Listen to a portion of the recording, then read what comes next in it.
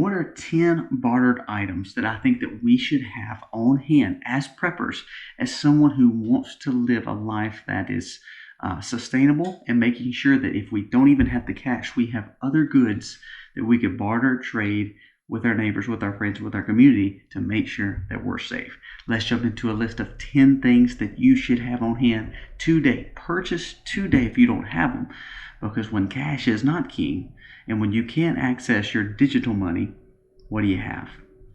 Top 10 things you should barter right now. Let's go through it.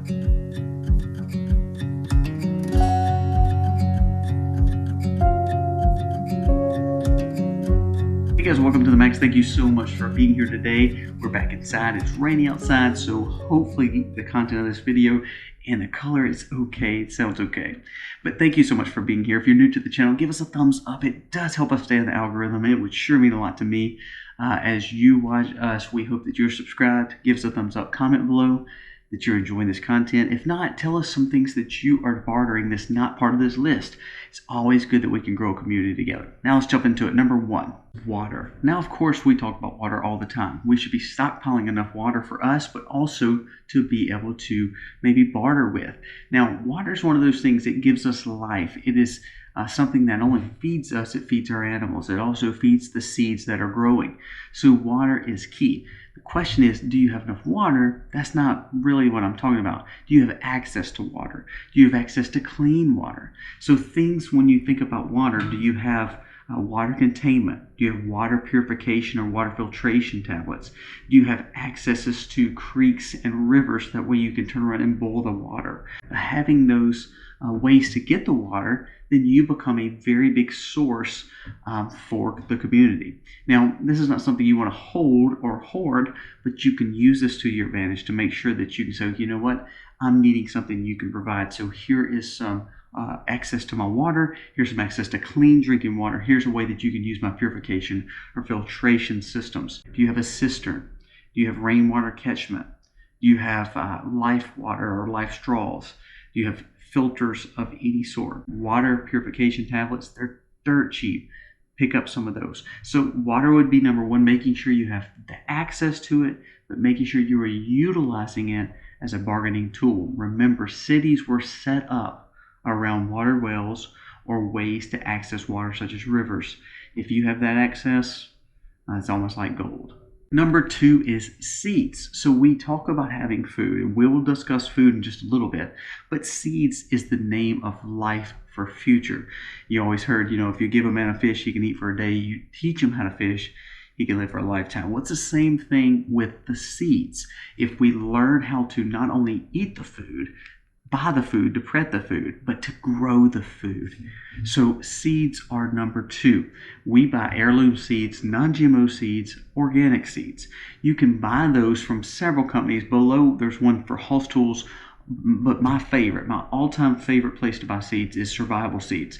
They focus on teaching you how to keep your seeds for next year. They're cheap. You can buy for $1 or $2 a pack. They have different sets like seed vaults that you can purchase. But the thing about that is it allows you to see on the package, of course, where to grow it, when to grow it, how to grow it, but then also how to render the seed for next time. Good to grow food, but if you don't know how to put the seed up for next season, you're in a bad spot. Having seeds is having life almost in your hand to be able to grow the food that needs for the next person and also for your community. Number 3 is freeze-dried foods. Now, the reason I would say freeze-dried foods, now you can can foods, you can preserve foods. We put up tons of foods. We have over probably 4 years of our personal foods put up, but we have over 7 years worth of freeze-dried foods put up. Now, why do I tell you that? That could put me in a very vulnerable position. Understand, but I want to tell you the value of putting up freeze-dried foods because it lasts forever. It's on the shelf for literally decades, and it also is easier to store and stockpile. So you can put freeze-dried foods if you're doing it yourself, such as a freeze dryer, or you're buying it from places like Legacy Food or Nutrient Survival or My Patriot Supply, whoever you're choosing to purchase from. You need to have a few canisters or a few packets or even a few weeks or months worth of freeze-dried foods. Having this to be able to barter with, along with the water, along with the seeds, this is a game changer, not only for you, for your survival, But if you have several packets of extra food, you become the one to go to. I think back in the Bible with Joseph, without Joseph stockpiling foods in Egypt, no one would have had any to barter and get. So he put up grains. He put up dried foods that were going to last forever, put them in cisterns. So then, therefore, he could help his community and barter and trade. That's a big deal. So make sure you put up some freeze-dried foods. It would be key for you. Number 4 is liquor. Now, liquor, we don't drink liquor. Liquor is a vice for a lot of people. So a lot of people would want to barter it for bad reasons. But the thing about liquor never goes bad. It also is a disinfectant. It also can help light a fire if it needs to. And it also can be used for medicinal purposes. We buy a lot of high volume, high index liquors for medicinal purposes, to build tinctures, to build medicines for us to be able to take. Making sure you had that, not only for the vice, for the bad things for people. I know you don't want people knowing about it because they're coming to get it, but it allows you to have the control of making medicine, making fire, and cleaning up. And also, for bad reasons, you have it just in case someone needs it. If you need something bad enough and they have a vice for liquor, not that you want to help them for that, but you're talking survival, liquor would be a great asset to have and a great bartering tool for you. Number 5 is salt. Salt is a preservative. Salt was almost like a true currency years and years and years ago in history. If you read about a lot of older civilizations, salt was valuable. Without salt, meat couldn't be preserved. Without salt, things couldn't be kept from deteriorating. So we need to make sure that salt is a big part of what we are purchasing and keeping. If we're aging meat out, smoking meat, purifying meat, and trying to do it in the best way possible with preserving and not using chemicals, salt is the go-to. Another thing that you can put with salt would be other spices, herbs, and making sure you have that sugar. Sugar is another one. Holistic organic sugar would be great to go along with salt because that helps balance out your meals and also preserve the meats. Salts and spices would definitely be on the list. Number 6 would be painkillers or antibiotics. Now, we talk about Jace Medical a lot. I know a lot of times people don't have the funds to buy the emergency preparedness medicines, but if you don't have painkillers or you don't have antibiotics, I think you will be put in a very bad spot, not only for you, but also for other people who are in need. This is a great bartering tool because if someone is feeling bad or they are sick, and you have the keys to that, not only the herbal medicine like we talked about with the liquor, but having the prescriptions and the painkillers, you now have a surplus of goods that they need that you can turn around and change and barter out pretty quickly and probably get whatever you need at just about any time because it becomes an emergency for someone to have something like this. Having some antibiotics and some painkillers would be definitely key for bartering. As we talk about the dollar struggling, again, bartered situation, I would focus on precious metals, gold and silver. Now, gold is to hold value. Silver is to do more of the bartering. Both of these are great assets. Right now, gold is at an all-time high. So that means it is expensive to buy, but it's going to keep going up, especially as precarious as our debt situation is and how dangerous our stock market is looking, the fear of recessions, all that plays into it. Gold is a great commodity to have for bartering. Silver as well. Silver is very, very cheap right now. I think it's $20 to $25 an ounce. You can pick up coins pretty cheap at pawn shops or buying it from gold and silver exchanges. Buy these two things. Precious metals is not about, do I have them and I need to have them forever, or I need to buy bread with gold. We know that. But it's one of those things that's going to hold value over time. It's a world currency that will be good no matter what happens with any other currency as the world keeps on going.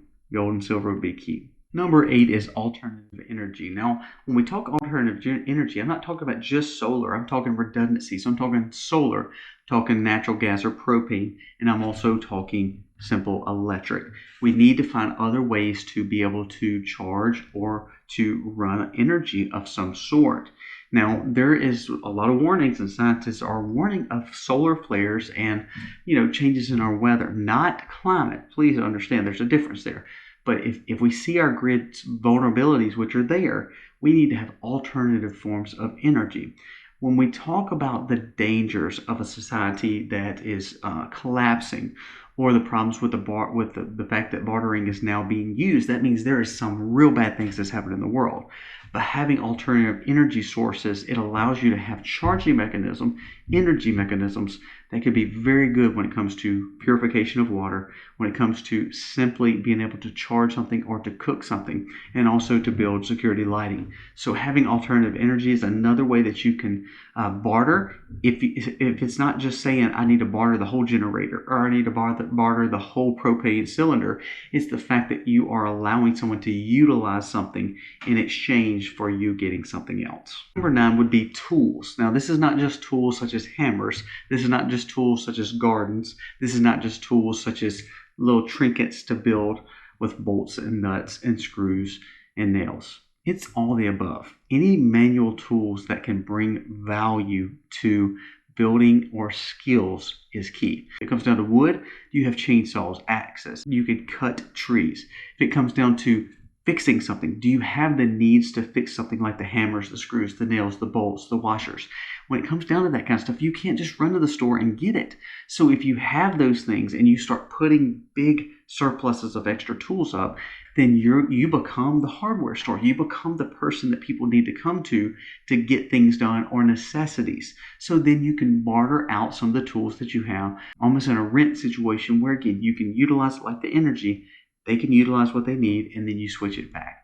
Bartering is not about just helping someone else. That is key, but bartering is manipulating a contract to say, not only am I giving you something, I need something in return. So you're both benefiting from it, no matter if one is having to give up a little bit more. If you're getting benefits, even if I'm losing some of my tools, but I'm getting some self-defense items, or I'm getting some knives for butchery, or I'm getting some bows and arrows, whatever it may be, whatever you're switching out, it's how valuable is it to you, and how valuable is his stuff to you, where you can release something of yours. So when we talk about stockpiling or bartering, it's not the fact that you have the stuff to barter, it's the stuff that you have in excess because you need to add to what you already have so you have enough to barter. And number 10, the one that should just ring out in our mind is ourselves.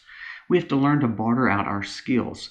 If I know how to do something and that other individual knows how to do something different, if he's a mechanic and I'm a builder, why don't we work together and we're building a community around supporting each other? That is key. If I know how to farm and I have the land to farm, but then he has the tools to do the farm, so then we build community and we work together. That is number 10, ourselves, building our skills, but bartering our skills. Top 10 things for bartering. Let me know if you have something to add to this list. There's hundreds of thousands of things, but this is just hitting some top things that you need to make sure that you have in your stockpile. Make sure you're building your skills because you may need to utilize these if we have a crap hits the fan situation. You be prepared by having things that are not only cash, but by having everything you need to barter as well. Thank you guys for watching. God bless. Be homesteading.